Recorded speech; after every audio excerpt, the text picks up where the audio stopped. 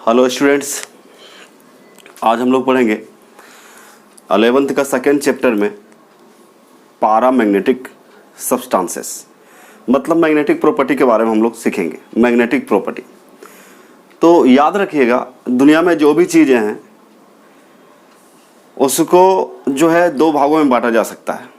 एक पैरामैग्नेटिक होता है, एक डायामैग्नेटिक। डायामैग्नेटिक नेक्स्ट लेक्चर में देखेंगे।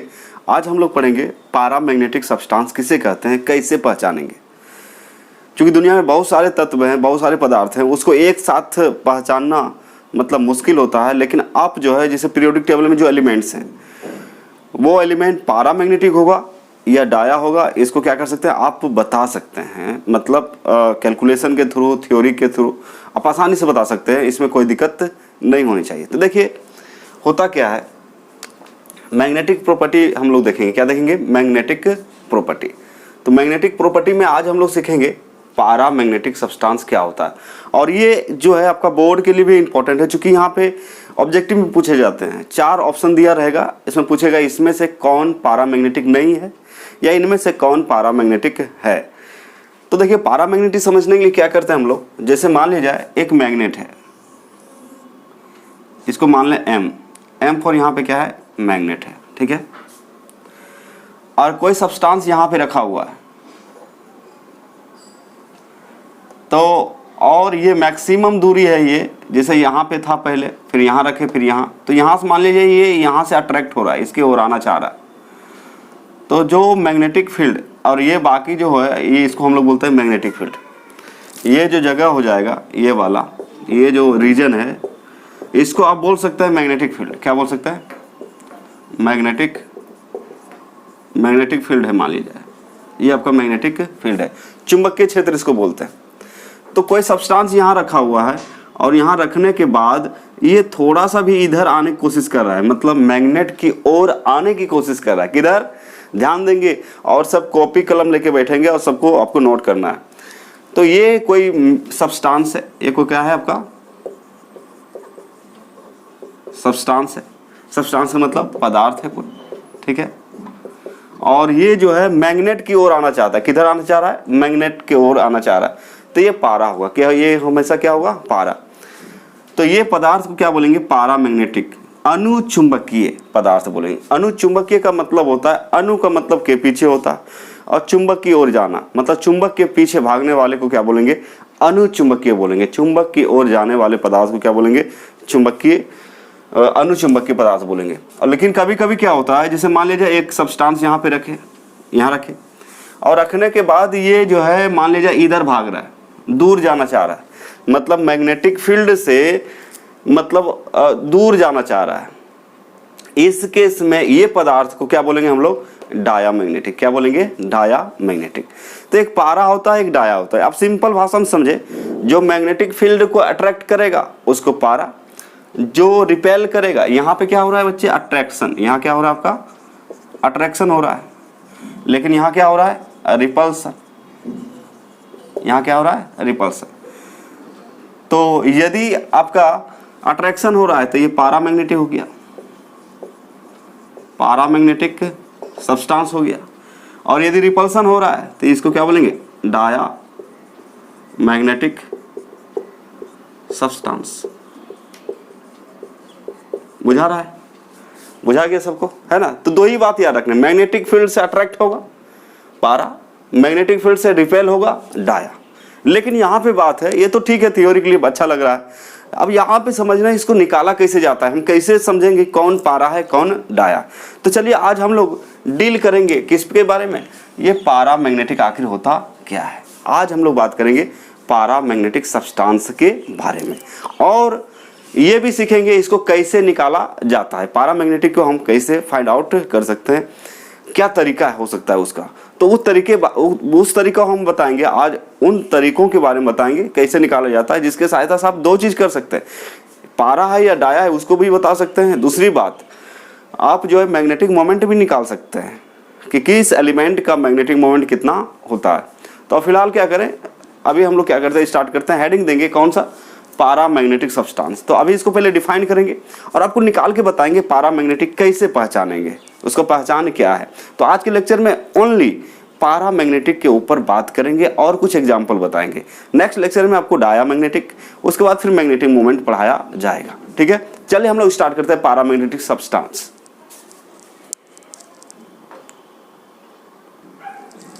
तो आज ये लिखिए क्या चीज पारामैग्नेटिक सब्सटेंस होता क्या है।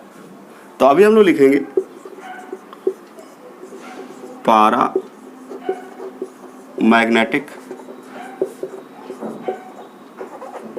सब्सटेंस, इसको हिंदी में बोलते हैं अनुचुंबकीय पदार्थ। अनुचुंबकीय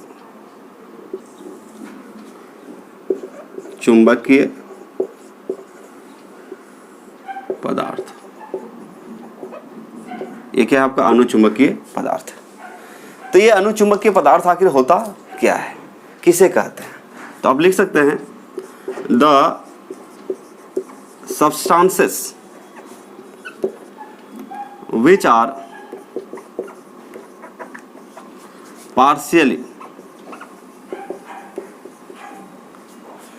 attracted by the magnetic field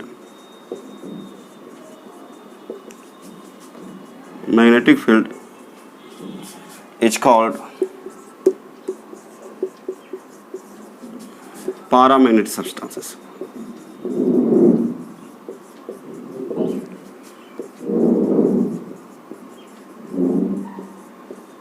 is called paramagnetic substance. तो बहुत ही सिंपल है, क्या है यहाँ पे लिखा गया है, the substances which are partially attracted by, partially मतलब होता है आंशिक रूप से, मतलब थोड़ा सा भी अपनी ओर खींचने की कोशिश कर रहे थे क्या हो जाएगा, पारा हो जाएगा, है ना।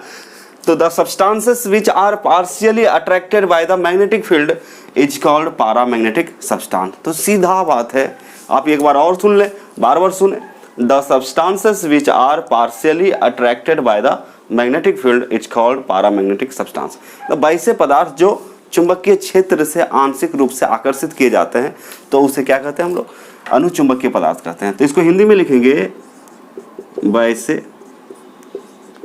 पदार्थ जो चुंबकीय क्षेत्र के द्वारा आंशिक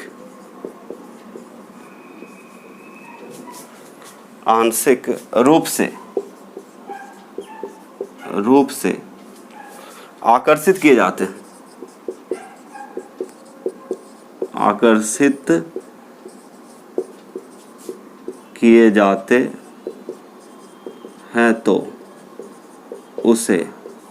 आकर्षित किए जाते हैं, तो उसे क्या कहते हैं, अनुचुंबकीय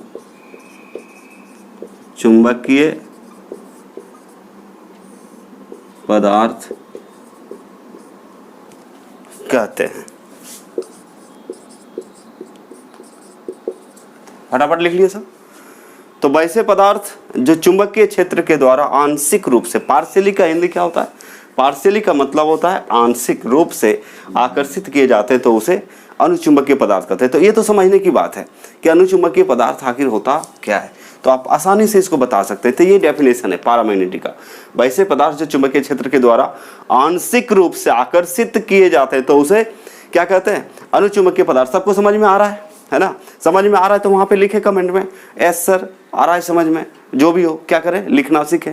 ऐसे नहीं आप लोग पढ़ते रहते हैं, हमको पता नहीं चलता आप समझ रहे हैं या नहीं समझ रहे।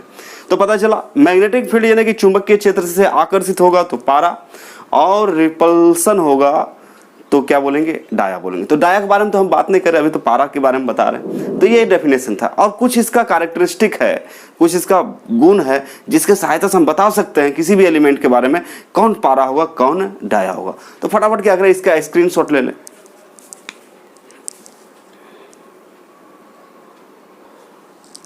आइए अब इसका प्रॉपर्टी देखते हैं, और इसमें क्या क्या लिखा जा सकता है आप समझिए। और इसमें आप लिख सकते हैं पहला पॉइंट, क्या चीज, पारामैग्नेटिक सब्सटेंसेस हैविंग अनपेयर्ड इलेक्ट्रॉन। पहला चीज याद रखने बच्चे, इसके पास पहचानने का एक ही तरीका है, इसके पास क्या होता है, अनपेयर्ड इलेक्ट्रॉन होता है। तो लिखेंगे फटाफट, लिखिएगा, चलिए, पारा magnetic substances having unpaired electrons। क्या बोला है यहां पे कि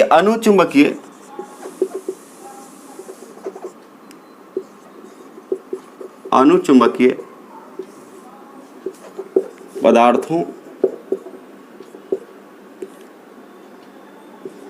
के पास अयुग्मित इलेक्ट्रॉन होते हैं। समझ में आ गया? इसके पास क्या होता है? अयुग्मित। अनपेयर्ड का मतलब बिना जोड़ी वाला। जैसे मान लीजिए 3 इलेक्ट्रॉन है तो इसका कोई जोड़ी नहीं है, तो ऑड नंबर ऑफ इलेक्ट्रॉन, क्या बोल सकते हैं? ऑड। अनपेयर्ड इलेक्ट्रॉन, जिसका जोड़ी ना हो, उसको क्या बोलते हैं? अनपेयर्ड। अभी हम कन्फिगरेशन लिख के बताएंगे अनपेयर्ड इलेक्ट्रॉन, और कुछ लेक्चर में आपको बता चुके हैं कि अनपेयर्ड इलेक्ट्रॉन आखिर होता क्या है। तो अनुचुंबकीय पदार्थों के पास क्या होता है? अयुग्मित इलेक्ट्रॉन होता है जिसका जोड़ा ना हो। ये सेकेंड पॉइंट है। फिर अगला पॉइंट याद रखना है आपको, नेक्स्ट पॉइंट जो आपको याद रखना है वो है कि यदि किसी एलिमेंट के पास मतलब ऑड नंबर ऑफ इलेक्ट्रॉन होता है तो वो हमेशा पारा होगा। इवन रहता है तो वो पारा भी हो सकता है, डाया भी हो सकता है, डिपेंड करता है अनपेयर्ड इलेक्ट्रॉन पे। ठीक है, तो एक पॉइंट और क्या लिख सकते हैं यहाँ पे? इफ द, या फिर if an element has odd number of electrons, then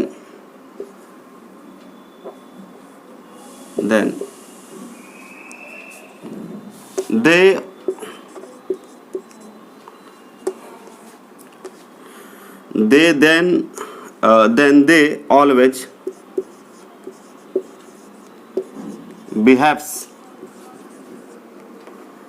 as paramagnetic substance।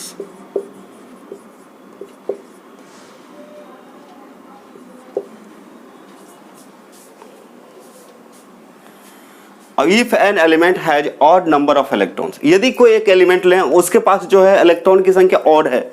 Odd का मतलब समझ रहे हैं? 13 हो गया, 17 हो गया, 9 हो गया, 7 हो गया, 3 हो गया, 1 हो गया, ये सब क्या है? आपका ऑड नंबर है। तो ऑड नंबर और इवन नंबर आपको पता है।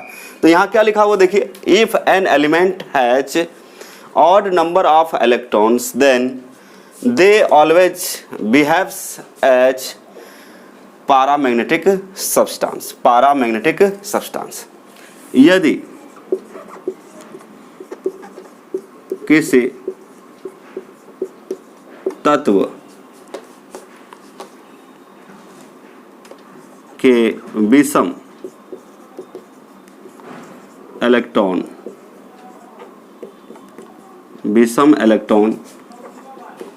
हो तो वे हमेशा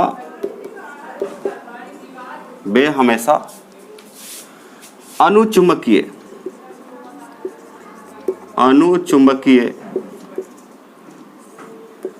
पदार्थ के समान व्यवहार करता है। अनुचुंबकीय के समान व्यवहार करता है। तो सबसे पहले तो पारामैग्नेटिक क्या होता है वो बताएं, फिर लिखवाए अनुचुंबकीय पदार्थों के पास अयुग्मित इलेक्ट्रॉन होता है, मतलब अनपेयर्ड इलेक्ट्रॉन जिसको बोलते हैं। और यदि किसी तत्व के विषम इलेक्ट्रॉन हो, यदि कोई तत्व है उसका इलेक्ट्रॉन क्या होता है? विषम हो। यदि किसी तत्व के विषम इलेक्ट्रॉन हो तो वे हमेशा कैसा व्यवहार करेगा? अनुचुंबकीय पदार्थ के समान व्यवहार करता है। और मैग्नेटिक मोमेंट का वैल्यू कभी जीरो नहीं होगा। यदि किसी सब्सटेंस का मैग्नेटिक मोमेंट का मान जीरो नहीं है तो वो पारा होगा।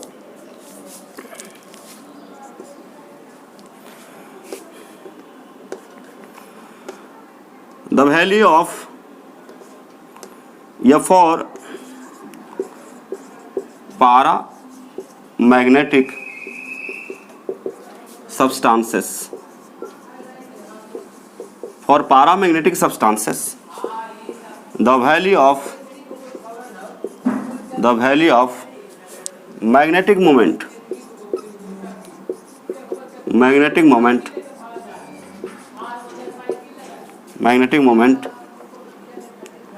is not equal to 0। इसका मतलब होता है for paramagnetic substances the value of magnetic moment is not equal to 0। नीचे तक दिख रहा है सबको जी। इसका मतलब होता है अनुचुंबकीय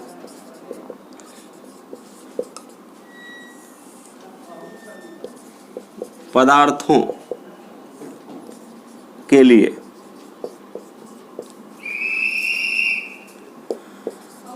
चुंबकीय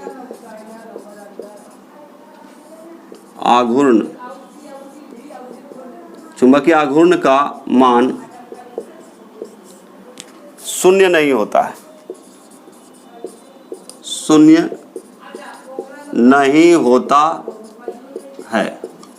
कभी नहीं होगा। अनुचुंबकीय पदार्थों के लिए चुंबकीय आघूर्ण का मान कभी शून्य नहीं होगा। और ये मैग्नेटिक मोमेंट क्या होता है ये भी आपको निकालने बताएंगे, आप टेंशन ना लें, है ना। तो इसके बारे में कुछ बातें हम अभी लिखें, किसके बारे में, पारामैग्नेटिक में, ठीक है। अब कुछ एग्जाम्पल के द्वारा हम लोग समझेंगे। तो देखिए पारामैग्नेटिक, अब मैं क्या समझे आप कि जो सब्सटेंस होगा हमेशा मैग्नेटिक फील्ड की ओर अट्रैक्ट होगा, ठीक है। और इसका मैग्नेटिक मोमेंट कैंसिल नहीं होने के कारण इसका मैग्नेटिक मोमेंट हमेशा शून्य नहीं होगा, शून्य होता ही नहीं है। मतलब पारामैग्नेटिक यदि सब्सटेंस है तो मैग्नेटिक मोमेंट इसका शून्य नहीं होगा। उसके बाद यदि कोई एलिमेंट है उसका इलेक्ट्रॉन विषम है, यदि किसी तत्व के विषम इलेक्ट्रॉन हो तो वो हमेशा क्या होगा, पारा होगा। तो ये पहचानने का कुछ तरीका आपको बताए कि अनपेयर्ड इलेक्ट्रॉन होता है, क्या होता है, अनपेयर्ड इलेक्ट्रॉन। और अभी बताते हैं, पहला याद रखना अनपेयर्ड इलेक्ट्रॉन होना, यदि ऑड इलेक्ट्रॉन है फिर भी पारा होगा। और तीसरा जो पहचानने का तरीका है कि इसका जो मैग्नेटिक मोमेंट होता है कभी शून्य नहीं होगा।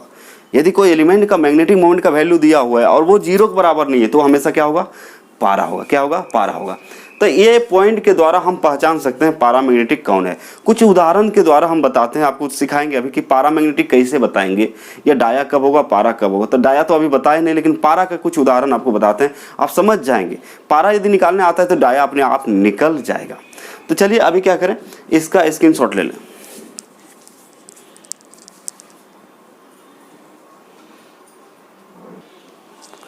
चलिए फटाफट क्या करें, इसका उदाहरण लेते हैं, एक दो उदाहरण बताते हैं। जैसे मान लिया बच्चे आपको दे दिया है एल्युमिनियम, क्या दिया हुआ है, 1 नंबर में दे दिया आपको एल्युमिनियम। एटॉमिक नंबर कितना होता है इसका, 13। एल्युमिनियम का एटॉमिक नंबर कितना होता है, 13।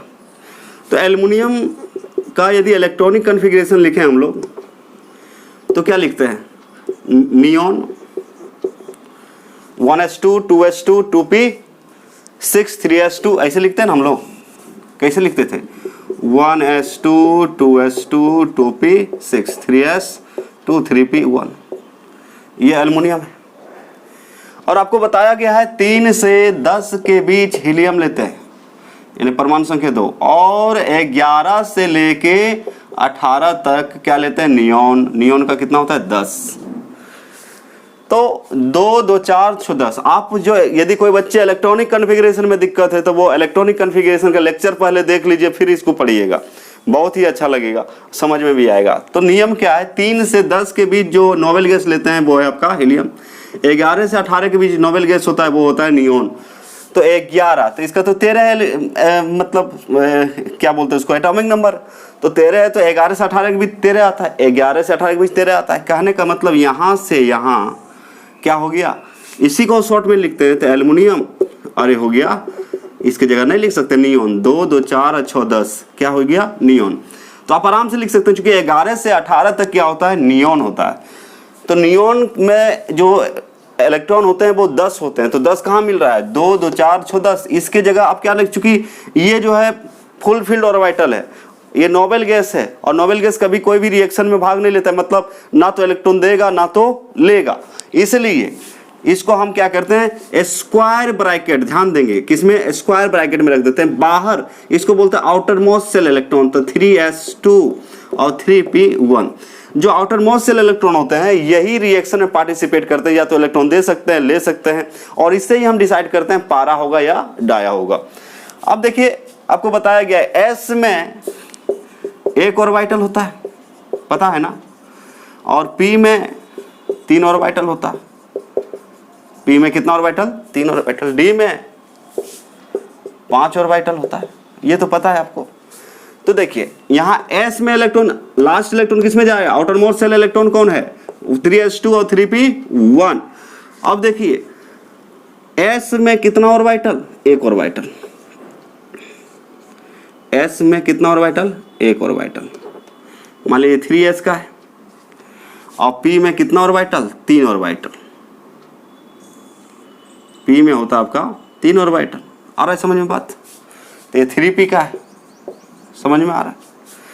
अब देखिए S में 2 है, S में कितना है? 2 है, और P में कितना है? 1 है।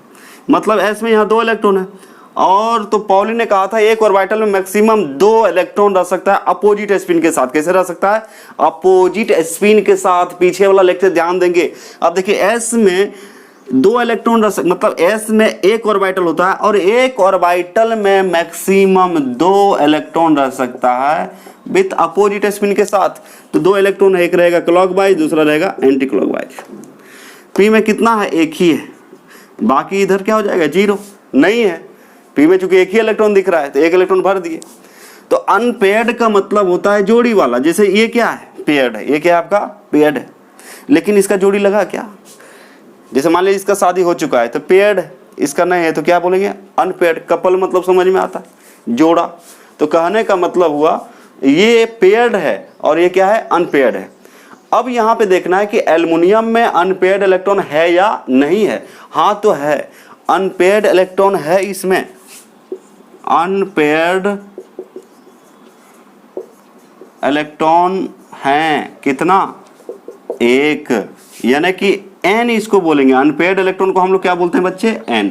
याद रखिएगा, अनपेयर्ड इलेक्ट्रॉन को हम n यदि बोल दें तो कहने का मतलब n बराबर कितना हो गया? 1। n यहाँ क्या है? Unpaired electron. अनपेयर्ड इलेक्ट्रॉन को आप n बोल सकते हैं, तो n बराबर कितना है? 1। जैसे ही अनपेयर्ड इलेक्ट्रॉन है इसके पास, तो फिर हम क्या बोलेंगे? ये पारा होगा कि डाया होगा? ये पारा है कि डाया? तो एल्युमिनियम क्या है? एल्युमिनियम है आपका पारा मैग्नेटिक। एल्युमिनियम क्या हो जाएगा? पारा मैग्नेटिक। एक भी अनपेयर्ड इलेक्ट्रॉन होगा, एक भी अनपेयर्ड इलेक्ट्रॉन होगा तो क्या होगा? पारा। अनपेयर्ड इलेक्ट्रॉन नहीं होता तो इसका उल्टा जवाब क्या आता? डाया है। तो लिख लें इसको। तो चलिए एक उदाहरण देख लेते हैं। और जैसे मान लीजिए आपको दे दिया है Fe। क्या दे दिया है आपको? Fe। तो Fe का 26 होता है, तो इसका कॉन्फ़िगरेशन क्या होगा? 1s2 2s2 2p6 3s2 3p6 4s2 और 3d कितना हो जाएगा? 6। आपको पता है बच्चे 19 से 36 तक जो लेते हैं आर्गन लेते हैं, आर्गन का कितना होता है? 18। तो 18 कहाँ पूरेगा? 2 2 4 6 10 2 12 6 18। यहाँ से यहाँ आर्गन रहेगा। मतलब ये याद रखना है 19 से 36 तक चलेगा। इसके जगह पे आप क्या लिख सकते हैं? आर्गन, चाहे कोई भी एलिमेंट हो। Fe ये हो जाएगा आर्गन। यहाँ से यहाँ क्या हो गया? आर्गन। बाहर क्या दिख रहा है? 4s2 और 3d 6। ठीक है। अब देखिए S में अब इलेक्ट्रॉन जा रहा है S और D में। ये आउटर मोस्ट शेल इलेक्ट्रॉन है, तो S में एक ऑर्बिटल होता है और D में कितना होता है? D में होता है आपका 5 ऑर्बिटल। 1 2 3 5। तो ये हो गया 4s2 और ये हो गया 3d 6। तो इसमें 2 इलेक्ट्रॉन है, तो एक रहेगा क्लॉकवाइज, दूसरा एंटी क्लॉकवाइज।